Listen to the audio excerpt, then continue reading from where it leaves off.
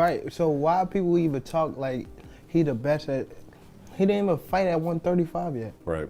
He didn't even have power at 126, 30 or none of that. He is good. Okay. How can you, all that's just okay. Think when's that fight between him and Teofimo Lopez if they fight? If they fight, I think Shakur win. I think Shakur wins. This reason, Teofimo Lopez, we've seen him at his best, but he typically brings out his best characteristics when he's back against the wall and he's counted out. And he's going to be counted out in this fight. By and large, people are going to side with Shakur in this fight to win the fight because he's the more consistent fighter, he's the more class fighter overall. Ahead of a potential showdown between Shakur Stevenson and Teofimo Lopez, boxing insiders shared very different views. Gervonta Davis didn't hold back, voicing his irritation with the hype around Stevenson. He questioned why some fans already treat Stevenson like a proven great before he's faced and beaten the very best. Davis made it clear that reputation alone means nothing at the top level of boxing, and that true respect is earned only after a fighter is fully tested against elite competition inside the ring. Some of your 135 contemporaries have a lot to say these days. Shakur Stevenson, well, of course, he's now 135 after all that stuff, and then Devin Haney. Right, so why people even talk like he the best at, he didn't even fight at 135 yet. Right. He didn't even have power at 126, 30 or none of that. He is good. Okay. How can you, all that's just okay. How can you stop people that can actually hit? No matter all that boxing, you're going to get hit.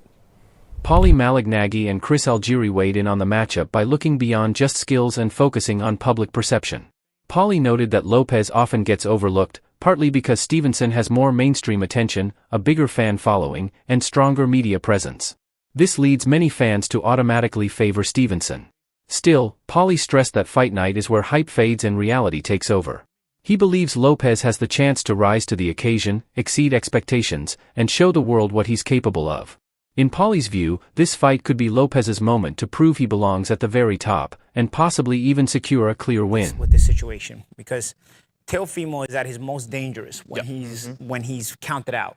And this is going to be one of those fights where he's going to be counted out. Because Shakur is looked at by and large as the guy who can dominate boxing in this generation, right? If it's just a matter of him getting the opportunity. I myself have felt that he's the guy who could and should be dominating boxing if he gets the right matchups. But bro, this is one of the rare matchups, if not maybe the only matchup, where I feel like it's a big threat here to Shakur. And then they would all come undone only because of this reason. Teofimo Lopez, we've seen him at his best, but he typically brings out his best characteristics when he's back against the wall and he's counted out. And he's going to be counted out in this fight. By and large, people are going to side with Shakur in this fight to win the fight because he's the more consistent fighter, he's the more class fighter overall, and he's just so damn good. But Teofimo has a way, when you're so damn good and he knows you're so damn good and everybody feels like you're going to beat him, there's just something about Teofimo, man. He brings out a different level and somehow supersedes that guy who is that damn good. I've seen it. We've seen it already. I'm not saying anything that anybody else hasn't already seen, okay? I'm just stipulating it. I'm going to tell you right now, I don't know who wins this fight. Because again, your better head says Shakur, but then you think about, man, Teofimo. Again, he's got the X factor. What I just explained. He's got the talent to I'm telling you right now. Yeah. Shakur is extremely talented and could be the face of boxing as far as being that good and being that dominant, even though no matter how good you are. But this is one of the rare fights where you can get beat. And I don't ever want to hear any of you tank nut huggers that he fights one Uber driver after another. If Shakur Stevenson loses this fight, I don't ever want to hear any of you saying, oh, well, what about Shakur now? Tank this, tank that. Tank fights the guy that delivers my pizza. He fights the guys in the back that are doing the production. He fights the truck driver. I don't want to hear because he would never have gone near. Lamont Roach offered a calm and confident take, favoring Shakur Stevenson's control and ring intelligence. He doesn't see the matchup as unpredictable or chaotic. Instead, Roach believes Stevenson would take charge early by setting the pace, managing distance, and forcing Lopez to fight on uncomfortable terms. According to Roach, Stevenson's sharp timing and ability to read opponents would limit Lopez's explosive offense. Rather than turning into a back-and-forth battle, Roach sees the fight becoming a display of technical discipline, where Stevenson steadily removes Lopez's chances to gain momentum or find clean openings. Okay. Okay, cool. But and doing that, and so I was always going to fight this year. He knew that too. I was always going to fight this year. It was going to be either like a tune-up or something before I fought him, if we were to get that together. So who do you think wins that fight between him and Teofimo Lopez if they fight? If they fight, I think Shakur wins.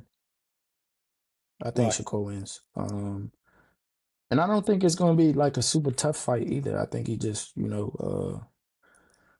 his IQ will frustrate him. And wow. Don't you think Tio has also good ring IQ and also is slick, fast? I think so, but when you look at Tio's performances against guys that are just pure boxers, it's just like he almost lost to Sandor Martin. Some people thought he lost to Sandor Martin. Who else? He did beat Loma, who's arguably at the time considered one of the best in the world. He did, and that was a hell of a performance too. A hell of a performance too.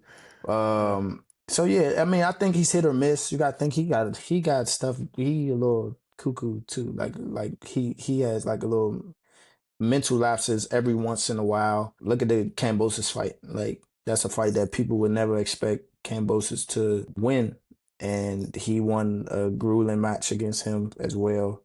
So I just I don't know. I don't think he can get it done against Shakur when it comes to like because it's going to be just a skill match. I don't think he's going to try to rough Shakur up, and it's probably Roy Jones Jr. shifted the focus from hype to preparation and execution.